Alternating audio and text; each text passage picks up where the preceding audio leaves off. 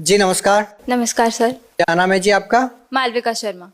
कहाँ से आए आप? लुधियाना पंजाब से। संत रामपाल जी महाराज जी से नाम दीक्षा कब लिया आपने?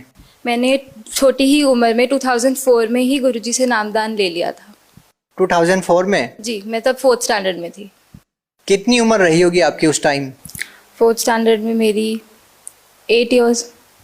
8 साल की उम्र में ही आपने संत रामपाल जी महाराज जी से नाम दीक्षा ले ली? जी, तभी से नामदान लिया हुआ।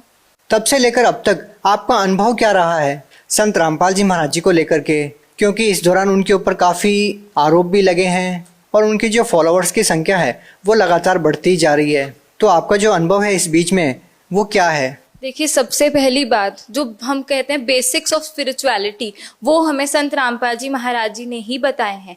जैसे सब लोग बोलते हैं गॉड इज वन, और उसके बाद हमें हजारों नाम बता दिए भगवान के। राम जी भगवान है, कृष्ण जी भगवान है, शिव जी भगवान है, ब्रह्मा जी भगवान है। तो ये गॉड इज वन का तो कोई मतलब ही नहीं बना।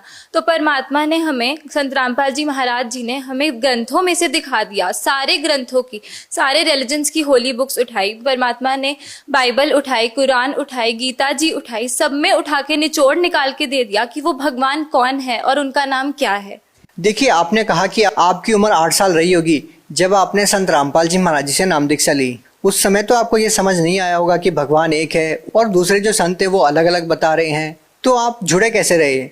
सर, मैं आपको ये चीज़ बताना चाहूँगी कि छोटे से ही ना, जब से मुझे बोलना आया होगा तब से मैं अपने पापा से एक क्वेश्चन पूछती थी कि पापा, हम यहाँ पर क्यों आए हैं और क्यों यहाँ पर डेथ हो जाती है। क्योंकि मेरे घर में परमात्मा की दया से कभी कुछ बुरा नहीं हुआ, बट मैंने डेथ होती देखी दूसरों के घरों में। तो मेरे दिमाग में एक क्वेश्चन बचपन से ही आता था कि पापा प्लीज़ बता दो कि ये मरने के बाद आत्मा कहाँ जाती है। तो उनके पास कोई आंसर नहीं होता था, क्योंकि उन्होंने आसाराम बापू जी से नामदान लिया हुआ था। तो वो कहते थे कि मुझे तो इस चीज़ का आंसर बिल्कुल भी नहीं पता। तो जैसे ही गुरुजी का ज्ञान सुना, स्टार्टिंग में ही तो गुरुजी ने क्रिएशन ऑफ नेचर बता दिया, जिसमें गुरुजी ने बताया कि आत्मा आती कहाँ से है और हम मरने के बाद कहाँ चले जाएंगे और हमारे साथ क्या क्या बीतता है उसके बाद। तो मुझे जब ये क्वेश्चन का आंसर मिला, मुझे तभी पता चल गया था कि यही परमात्मा है और ये भगवान ही आए हुए हैं, ये कोई गुरु नहीं है, ये भगवान आए हुए हैं सीधा। तो अब इतने लाखों की तादाद में एक व्यक्ति कैसे ये निर्णय करेगा कि कौन संत सही है और कौन संत सही नहीं है? देखिए, हर चीज़ का ना जो निचोड़ होता है वो हम किसी कॉन्स्टिट्यूशन को लेकर चलें। तो जैसे अब इंडिया की कॉन्स्टिट्यूशन है, अगर उसको फॉलो नहीं करोगे, लॉ को फॉलो नहीं करोगे, जेल में पटक दिया जाएगा आपको। इसी प्रकार से जो हमारी होली बुक्स है वो स्पिरिचुअलिटी का जो बेस है उसी में है। तो हमारी स्पिरिचुअल बुक्स में जो लिखा है वो संत हमें फॉलो करेंगे, अगर हम उन संत को, तो ही हम पार हो सकते हैं। और गीता जी में साफ साफ लिखा हुआ है कि तत्वदर्शी संत वो हैं जो उल्टे लटके हुए संसार रूपी वृक्ष को जड़ से लेकर टहनी तक भाग सहित बता देंगे। और वो आज तक सिर्फ ही बंदी छोड़ सदगुरु रामपाल जी महाराज जी ने ही किया है। देखिए, आप एजुकेटेड हैं, शिक्षित हैं, आपसे एक बात पूछना चाहेंगे। आपने कहा कि संत रामपाल जी महाराज वेदों के अनुसार भक्ति बताते हैं, बाकी और कोई संत नहीं बताते। देखिए, लाखों करोड़ की तादाद में ऐसे फॉलोअर्स हैं जो किसी अन्य संत से जुड़े हुए हैं। क्या आपको लगता है कि आज तक किसी भी संत ने वेदों के अनुसार साधना नहीं बताई और केवल संत रामपाल जी महाराज ने ही बताई है? जी बिल्कुल, किसी ने भी वेदों के अनुसार भक्ति नहीं बताई। गुरुजी एक एक लाइन को ना उंगली लगाकर बता रहे हैं कि बच्चों देख लो, ये लिखा हुआ है और हम कर क्या रहे हैं। ये आप कैसे कह सकते हैं? इस बात का निर्णय कैसे हो कि कोई जो दूसरे संत हैं कि वो शास्त्रों के अनुसार भक्ति नहीं बता रहे? कैसे लोग निर्णय करें? सर, आपने बहुत ही अच्छा क्वेश्चन किया कि हम किस तरीके से निर्णय करें कि सही संत कौन है और कौन सही भक्ति बता रहा है। तो पहला पॉइंट मैं आपको बोलना चाहूँगी कि बाकी जो गुरु हैं वो सब बोलते हैं कि परमात्मा निराकार है, बल्कि हमारी होली बुक साफ साफ बोलती हैं कि परमात्मा साकार है। बाइबल में लिखा हुआ है प्रभु ने मनुष्य को अपना ही स्वरूप दिया। तो ये फैक्ट रीइंस्टेट हो रहा है कि परमात्मा तो साकार ही है। बाइबल में एक और चीज़ लिखी हुई है, in the beginning was the word and the word was with God and the word was God। तो शब्द रूप में परमात्मा है और परमात्मा साकार ही है। तो सबसे बड़ी चीज तो ये है कि God is in form, God is not formless, जो कि बाकी सब संत बोलते हैं। दूसरी चीज जो है कि पाप कर्म कट सकते हैं कि नहीं कट सकते। जितने भी पंडितों के पास, जितने भी गुरुओं के पास आप चले जाओगे, वो पहले तो आपको पाखंडवाद बताएंगे बाकी कि ये कर लो वो कर लो। जब उससे आपको लाभ नहीं मिलेगा, लास्ट में वो बोल देते हैं पाप कर्म तो आपको काटना ही पड़ेगा, जो कि बिल्कुल भी सही नहीं है। गीता जी में साफ साफ लिखा हुआ है कि परमात्मा की शक्ति इतनी ज्यादा है कि वो किसी भी पाप को, किसी भी लेवल का पाप हो, वो काट सकते हैं और आपकी उम्र तक एक्सटेंड हो सकती है। तो दूसरी चीज ये है कि पाप कर्म कट सकते हैं, ऐसा कुछ नहीं है कि पाप कर्म दंड कट नहीं सकता। तीसरी चीज, व्रत करवाते हैं वो लोग बाकी सबसे, तो व्रत करना साफ साफ मना किया हुआ है हमारी होली बुक्स में, क्योंकि अगर व्रत करने से मुक्ति होती तो जब अकाल पड़ता है, किसी के पास कुछ भी खाने को नहीं होता, तो वो भी तो व्रत ही हुआ, तो तब इतने ज्यादा लोग क्यों मर जाते हैं। चौथी चीज ये कि एक तरफ तो बाकी सब संत बोलते हैं कि गंगा जी में अगर आप डुबकी लगाओगे तो आपके पाप कर्म नष्ट हो जाएंगे, और दूसरी तरफ आप बोलते हो कि पाप कर्म दंड नष्ट नहीं होते। तो ये कॉन्ट्राडिक्टरी चीजें हो चुकी, और इनका सोल्यूशन सिर्फ ये है कि सही परमात्मा की भक्ति करो। एक वही वे है कि आपको सैल्वेशन अटेन हो जाएगी और इस जन्म मरण के चक्कर से हम बच पाएंगे। देखिए, इसके बाद भी सबसे बड़ा सवाल ये उठता है कि यदि हम शास्त्रों के अनुसार भक्ति कर भी लेते हैं, उसके बाद भी एक मनुष्य को, एक व्यक्ति को शारीरिक लाभ, आध्यात्मिक लाभ, भौतिक लाभ की जरूरत पड़ती है। हम आपसे ये जानना चाहेंगे कि संत रामपाल जी महाराज जी से नाम दीक्षा लेने के बाद आपको क्या लाभ मिले। तो मुझे इतने ज़्यादा लाभ मिले हैं कि अगर मैं आपको बताने चलूँ तो मैं कभी एंड कर ही नहीं सकती, क्योंकि पल पल में लाभ होते हैं। तो फर्स्ट लाभ मैं आपको बताऊंगी, सबसे बड़ा तो आध्यात्मिक लाभ भी है कि वो पाथ मिल गया जिस पे हम चलेंगे तो हमें सैल्वेशन अटेन होगा ही होगा। ये जो जन्म मरण का चक्कर है जिसमें हम युगों युगों से फंसे हुए हैं, इससे हम पार हो जाएंगे। दूसरा लाभ जो मिला वो है 2012 में मेरा बहुत ही भयंकर एक्सीडेंट हुआ था और मेरा ब्रेन भी बाहर आ गया था और मेरे फेस के 3 पार्ट्स हो चुके थे। अब वो तो मैं आपको दिखा नहीं सकती, पर ये हाथ एक प्रूफ है कि मेरा तब बहुत घटिया एक्सीडेंट हुआ था और मेरा फ्रैक्चर, मेरी पूरी हड्डी टूट चुकी थी हाथ। कौन सा हॉस्पिटल में आपने दिखाया? DMC हॉस्पिटल में दिखाया था लुधियाना में, और वहाँ के जो टॉप 3 डॉक्टर्स हैं उनकी टीम ने मुझे ऑपरेट किया था। 8 आवर्स प्लस मेरी सर्जरी चली थी और 80 प्लस स्टिचेस मेरे सर पर हैं। तो गुरुजी की दया इतनी ज़्यादा हुई संत रामपाल जी महाराज जी की कि सिर्फ उसी दिन मुझे होश भी आ गया और डॉक्टर्स मुझे अभी तक मिरेकल बुलाते हैं। सर, मैं आपको एक और चीज़ बताना चाहूँगी कि 2014 में भी मैंने अपना इंटरव्यू दिया था और उसमें आपको साफ साफ दिखेगा भी कि मेरा बहुत ज़्यादा बुरा एक्सीडेंट हुआ था और यहाँ पर निशान भी तब उसमें क्लियरली दिख रहा है। और क्या लाभ मिले हैं आपको? अगला लाभ ये है कि अभी कुछ महीने पहले ही, मेरे चार्टर्ड अकाउंटेंसी एग्जाम से पहले, मेरे दांत में विजडम टूथ मेरा आ रहा था और वो पूरा गल चुका था। तो हमने स्कैन करवाया तो डॉक्टर ने बोला कि आपके वहाँ सब कुछ गल चुका है, जाड़ जो है वो भी गल गई है और दांत भी गल चुका है, तो ये ऑपरेट ही करना पड़ेगा। और मैं आपको ये भी बता देता हूँ, आपके बाकी तीनों विजडम टूथ भी आएंगे और उन तीनों के लिए जगह नहीं है, तो आपको 4 बार ऑपरेशन करवाना पड़ेगा। तो तब मैंने उनसे रिक्वेस्ट करी कि अभी मेरे एग्जाम्स हैं तो आप इसको पोस्टपोन कर दो, एग्जाम्स के बाद ये करवा लेंगे, तब तक आप मेडिसिन दे दो। एग्जाम्स के बाद जब मैं गई तो मेरे सिर पे ऑलरेडी चोट है, तो मुझे डर लग रहा था कि ये लोग खींचेंगे तो बहुत ज़्यादा प्रॉब्लम हो जाएगी। तो गुरुजी इतनी दया करना कि आप बस वहाँ पर सामने खड़े हो जाना जब मेरा ऑपरेशन हो रहा होगा। तो हम डॉक्टर के पास फिर से गए। डॉक्टर ने एक बारी कहा एक बारी चेक फिर से कर लेते हैं। तो उन्होंने चेक किया, उन्होंने कहा आपको कौन से डॉक्टर ने बोला था कि आपको ऑपरेशन करवाना है? मैंने कहा आपने ही बोला था। तो तब उनको याद आ गया, तो वो कहते कि आप देख लो ये सब कि आपका पूरा ठीक हो चुका है और आपके चारों विजडम टूथ के लिए जगह बन चुकी है और मुझे समझ नहीं आ रहा ये सब कैसे हुआ। तो तब हमने उनको गुरुजी का बताया, गुरुजी की बुक भी उनको दी, और तो ये मेरे को अगला लाभ हुआ। उसके बाद जो मुझे लाभ हुआ, मुझे छोटे में बहुत ही तेज स्टमक एक होता था, मुझे ये भी नहीं याद कौन सी साइड होता था, पर परमात्मा से नाम लेने के बाद वो दर्द भी हमेशा के लिए चला गया।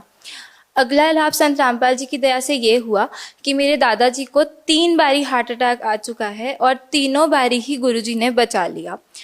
अगला लाभ मैं आपको ये बताऊंगी जो कि सबसे बड़ा लाभ है कि मेरे पे काल का अटैक 5 बारी हो चुका है और 5 बार नाम लेते ही, जैसे ही गुरुजी ने बताया है कि आपको चाहे प्रथम नाम मिला हो, चाहे दूसरा, चाहे तीसरा, आप उसका नाम जाप करो और परमात्मा वहाँ प्रकट हो जाएंगे, तो वैसे ही मुझे तीसरा नाम मिला हुआ था, तो मैंने तीसरा नाम का जाप किया तो काल एकदम से बिल्कुल घबरा जाता है। और जैसे परमात्मा गुरु रामपाल जी महाराज जी ने बोला था कि पंख कटे पक्षी जैसे गिर जाता है वैसे गिरेगा, बिल्कुल वैसे ही वो गिरा। परमात्मा सामने आके खड़े हो गए और परमात्मा ने वहां से मुझे 5 बारी बचाया है। लेकिन सवाल यहाँ पर ये उठता है कि आपके ऊपर अटैक होता ही क्यों है? क्यों आपका एक्सीडेंट होता है? क्यों इतनी सारी परेशानी आपके सामने आती है? परेशानियां हम पर हमारे पिछले कर्मों के कारण आती हैं और इसका सिर्फ तोड़ यही है कि हम पूर्ण परमात्मा की शरण में चले जाएं, जो कि इस डेट पर बंदी छोड़ सदगुरु रामपाल जी महाराज। लेकिन आप तो ऑलरेडी शरण में आ चुके हैं, फिर आपके साथ इतनी सारी समस्या क्यों आ रही है? क्या आप मानते हैं इस बात को लेकर के कि नाम दीक्षा लेने के बाद भी श्रद्धालु पर समस्याओं का आना क्या कहता है? देखिए, मैं तो खुश होती हूँ कि मेरे ऊपर ये समस्या आती है, क्योंकि जैसे ये समस्या आती है उससे हमें पता चलता है जो डेथ लोग बाद में एक्सपीरियंस करते हैं और उनके पास कोई तब वो ही नहीं होता वे आउट कि वो क्या करें उसके बाद, वो मेरे पे पहले ही आ चुकी है और मुझे पता है कि यहाँ का जो सब कुछ है वो नकली है बिल्कुल। असलियत सिर्फ ये है कि हमने एक दिन मरना है, हमें नहीं पता हमने किस दिन मरना है। उसके लिए आप इंश्योरेंस ले लो परमात्मा से, जो कि सिर्फ सदगुरु रामपाल जी महाराज ही दे सकते हैं। और ये पक्का है कि परमात्मा से आप नामदान ले लोगे तो वापस से उस जगह चले जाओगे। देखिए, यहाँ किसी को बूढ़ा होना नहीं पसंद, यहाँ किसी को दुखी होना नहीं पसंद, यहाँ किसी को मरना नहीं पसंद। क्यों नहीं पसंद? क्योंकि हम एक ऐसी जगह रहते थे जहां ये सब नहीं था, जो खुशियों का भंडार था, और हम अपनी गलती से यहाँ पर फंस गए हैं। क्रिएशन ऑफ नेचर जरूर देखिए, सदगुरु रामपाल जी महाराज जी ने जो बताया है, और उसमें आपको पता चल जाएगा कि हम कैसे यहाँ आए और कैसे हमें इस जगह से निकलना है। देखिए, आप यूथ हैं और हम मानते हैं कि संत रामपाल जी महाराज के अनुयायी ही इस एज में आकर के आध्यात्म की बातें करते हैं, क्योंकि जिस तरह का आज का जो जमाना है, हम देखते हैं कि इस एज में आज का जो यूथ है वो ऐसी बातें नहीं करते हैं। इस तरह के विचार आपके अंदर वो भरे हुए हैं, वो क्या मानते हैं आप? कैसे हैं आपके विचार जो आज आप व्यक्त कर रहे हैं कैमरे के सामने? सबसे पहली बात, हमारे पेरेंट्स पे बहुत ज़्यादा डिपेंड करता है कि हमारे विचार कैसे होंगे। तो भगवान की इतनी दया थी कि मेरे पेरेंट्स शुरू से ही बहुत श्रद्धालु रहे हैं और उन्होंने शुरू से ही एथिक्स और प्रिंसिपल्स को सबसे पहले रखा है। तो ये नॉन वेज, ड्रिंक, ये सब से तो हम पहले ही दूर थे। लेकिन कोई भी पेरेंट्स ऐसा नहीं होगा जो अपने बच्चों को ऐसी लाइन देना चाहे कि वो आगे जाकर के उनके भविष्य के लिए खतरनाक हो जाए। लेकिन फिर भी हम देखते हैं कि बहुत सारे ऐसे युवा हैं जो नशे की लत में पड़ जाते हैं, या बहुत सारी ऐसी चीज़ें हैं जो समाज में हम बुराई के तौर पर देखते हैं। लेकिन हम संत रामपाल जी महाराज जी के अनुयायियों को देखते हैं कि चाहे वो बूढ़े हैं चाहे बच्चे हैं, सभी के एक जैसे विचार होते हैं। आध्यात्मिकता में वो बिल्कुल लुप्त होते हैं। ये जो हम बदलाव देखते हैं, ये अपने आप में बहुत कुछ कहता है। इसके बारे में आप क्या कहना चाहेंगे? देखिए, सारे स्पिरिचुअल और सोशल रिफॉर्म संत रामपाल जी महाराज ही लेकर आ रहे हैं। उन्होंने ही वो इनिशिएटिव लिया है जो कि कोई ले नहीं पा रहा था और किसी में इतनी समर्था भी नहीं है कि वो ले सके। ये स्वयं परमात्मा आए हैं जो हमें सब कुछ बता रहे हैं कि बच्चों ये सही है, ये गलत है। इन्होंने हमें साफ साफ बता दिया है कि हमारी बाउंडेशंस क्या है, हमें पता है कि क्या सही है क्या गलत है, हमें आगे का दिखता है जो कि लोगों को नहीं दिखता। गुरु नानक देव जी बोलते हैं, नानक दुखिया सब संसार, सुखी सोई जो नाम आधार। Only the power of true words can make you truly happy and satisfied. पर आज की जो यंग जनरेशन है, यंग जनरेशन क्या बोलूं, बड़े भी जो हैं ऐसे नशे में फंसे हुए हैं, वो उसी को सुख मानते हैं। हमें क्वेश्चन किया जाता है कि आप ड्रिंक नहीं करते तो आप सुखी कैसे रहते हो, और असल में वो लोगों के साथ आप 1-2 दिन बात कर लीजिए, वो अपना दुख बताने लग जाते हैं, इतने दुखी होते हैं वो लोग। तो वो असल में सुखी तो है ही नहीं, और सुख सिर्फ सही भक्ति से ही मिल सकता है। मालविका जी, क्या करते हैं आप? मैं चार्टर्ड अकाउंटेंट हूँ।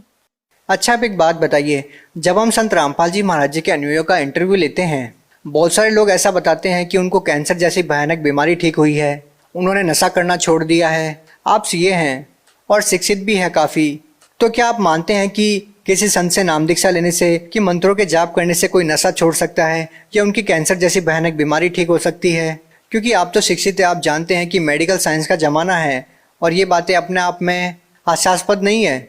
सर देखिए, आप सब लोगों के लिए ये हास्यास्पद जरूर है, क्योंकि आप लोग भक्ति से कोसों दूर है, पर हमें परमात्मा का ज्ञान मिल चुका है और हमें सब पता है आजकल। तो देखिए, साइंस जो है, जहाँ साइंस खत्म होती है ना, वहाँ परमात्मा का ज्ञान शुरू हो जाता है। डॉक्टर्स एक बंदे को डेड बोल रहे हैं, लास्ट स्टेज कैंसर क्योर हो रहा है, वो कैसे हो रहा है? देखिए, मिरेकल्स हमें आज तक एक वर्ड लगता था, उस पर रिस्ट्रिक्टेड था कि ये बस एक वर्ड है, ये सिर्फ सुनने को मिलेगा हमें, या ये फेरी टेल वाली मूवीज में ही हो सकता है। पर परमात्मा सदगुरु रामपाल जी महाराज जी ने यहाँ के वो मिरेकल वर्ड को ना प्रूव कर दिया है, और आपके सामने हम इतने प्रूफ्स खड़ा सकते हैं, लाइव प्रूफ जो बता रहे हैं कि हम मरे हुए जिंदा किए हैं। तो साइंस मेरा ख्याल कुछ भी नहीं है। वो साइंस भी किसकी दी हुई है? वो भगवान की ही दी हुई है। तो साइंस से आगे है स्पिरिचुअलिटी, जो हम सोच भी नहीं सकते, और ये मैनमेड तो कुछ भी नहीं है, सब परमात्मा का दिया हुआ है। जो आजकल बन चुका फोन के थ्रू हम क्या क्या नहीं कर सकते, वो सब परमात्मा की ही देन है। आप भगत समाज को क्या संदेश देना चाहेंगे? सबसे पहले मैं आपके कैमरे के माध्यम से एक चीज़ बोलना चाहूँगी कि बंदी छोड़ सदगुरु रामपाल जी महाराज जी ने एक मुहिम छेड़ दी है, जो डाउरी ने इतनी लड़कियों को मार के जला दिया है, इतनी लड़कियों के साथ बुरा हो रहा है, वो परमात्मा ने बिल्कुल ही खत्म कर दिया है। सदगुरु रामपाल जी महाराज जी के जो भी शिष्य हैं वो डाउरी फ्री मैरिजेस करते हैं, कोई दहेज का लेना देना नहीं होता, कोई पाखंड नहीं होता, बिना पाखंड के शादियां हो रही। इसका सबसे बड़ा लाभ किनको मिला? सर, इसका सबसे बड़ा लाभ लड़कियों के पेरेंट्स और लड़कियों को ही मिला है, क्योंकि लड़कियां गर्भ में भी मार दी जाती थी और बाद में भी जब उनकी शादी होती थी तो उनके साथ इतने ज़्यादा अत्याचार होते थे सिर्फ एक इस डाउरी के कारण। तो परमात्मा ने वो बिल्कुल ही हटा दिया है। आध्यात्मिकता के साथ साथ में जो सामाजिक स्तर पर सदगुरु रामपाल जी महाराज जी ने मुहिम छेड़ दी है, आने वाली पीढ़ियाँ उसका बहुत ज़्यादा धन्यवाद करेंगी, क्योंकि ये किसी आम आदमी के बस की बात नहीं है, ये स्वयं परमात्मा ही करवा सकते। भगत समाज को क्या संदेश देना चाहते हैं? भगत समाज से मेरी यही रिक्वेस्ट है कि मानुष जन्म दुर्लभ है, ये मिले ना बारंबार, जैसे तरवर से पत्ता टूट गिरे वो बहर ना लगता डार। ये एक ही बार हमें ह्यूमन लाइफ मिलती है, ह्यूमन लाइफ आपको मिल भी गई, पता नहीं वो तत्वदर्शी संत आए होंगे कि नहीं आए होंगे।